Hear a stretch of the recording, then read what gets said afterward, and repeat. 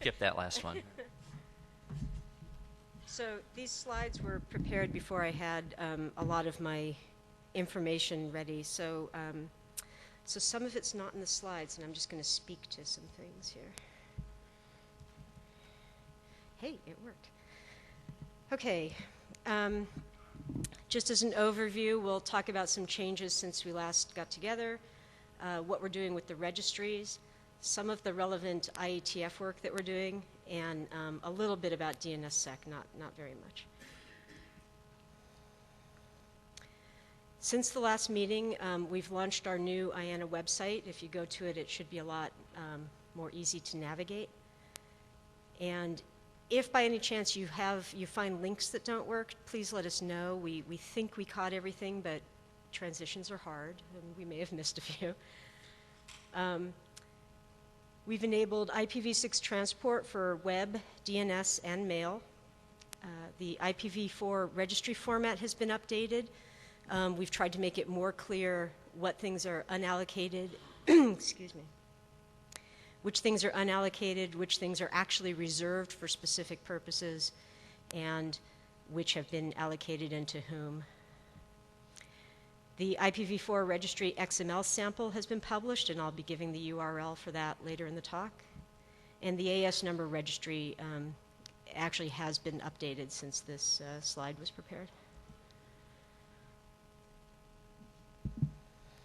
This slide is also out of date. Since we prepared the slide a week ago, we've now allocated 2 more /8s, and so there are now only 39 free /8s.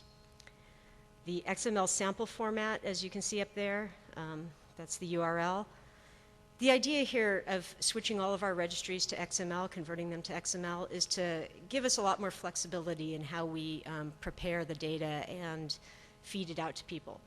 So we get a lot of requests for preparing the registries in different formats, and this will allow us to either say, here's the raw data yourself, go do it, or yes, we're willing to support that kind of presentation. And here's where I'm going to talk about the unallocated but used address space. I don't have slides for this. Dwayne Wessels, who did the work on this, is going to be presenting at OARC later today, and we'll make his results available in a more public way pretty much as soon as we get the report written. Basically, you see different results depending on what it is you're measuring, whether you're measuring the number of messages, the number of clients, or the number of addresses from the unallocated blocks. And one of the interesting things is that there are 5 net blocks that occur in the top 10, no matter how you do this measurement. And they are net 1, net 100, 175, 176, and 180. Net 1's obvious, 100 is also kind of obvious, but the other ones are kind of interesting in that we would not have predicted those particular ones. So as I say, we'll be publishing these results soon, and you'll be able to find a report on our website, I'd say within the next week. The AS number registry has been updated to reflect ERX, which was the redistribution of attribution for responsibility for different AS numbers to the RIRs.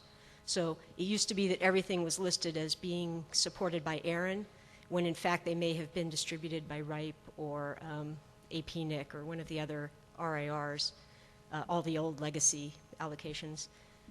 And the RIRs went through a process of updating all that information, trying to make it more accurate, and we've now reflected that in our database as well. For the IETF work that we're engaged in,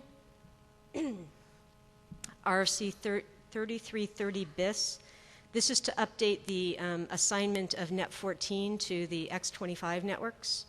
There's also a few other specifics in that RFC that we'd like to update at the same time. So we have a draft 01 ready, and draft 02 is probably going to be completed by the end of this weekend, and then we'll be ready to push it forward. This new draft Cotton v4 MCAST guidelines, is because we found that the multicast assignment guidelines are a little too vague and unclear. And the experts that we use to evaluate these requests have asked for additional guidance, a little more clarity, and we're trying to get that through as quickly as possible. This is my DNSSEC part of the update. IANA was asked early this year to prepare some kind of DS key registry until such time as the root zone is signed. And that's still an ongoing discussion as to whether it will be signed, who will do the signing, who's going to hold which keys, all of that. And so we proposed to the ICANN board that IANA be authorized to create what we are calling an interim trust anchor repository for TLDs.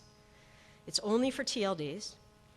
We will use the same authentication methods that we use for name server changes, for instance. So a DS record will require the same authentication as an NS record.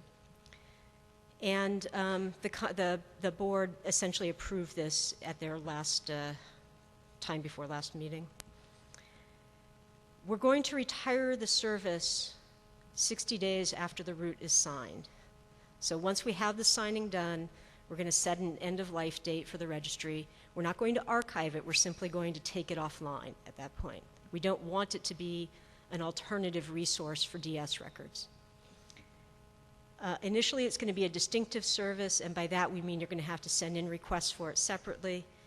Longer term, it's going to be folded into our automation project, and it'll just become another record that people can update through the automated root zone tool. And that's it. Thank you. Any questions? Great.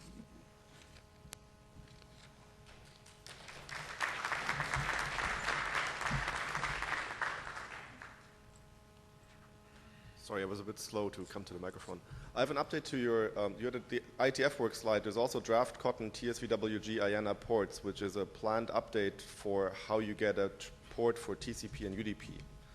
So people might want to read that. It's a working group item in TSVWG now, even though it's still named draft cotton. Yeah, and we're putting that one through, we're going to put the multicast one through the working group as well, but that one we asked to have originated in the working group. Again, it has to do with questions that have come up as we've evaluated port requests and distinctions between system ports versus user ports and whether you should assign both the UDP port at the same time. So it's a kind of arcane problem, and yet it affects pretty directly how we allocate this finite resource. And that's why we're paying so much attention to it. So, good question. Thanks.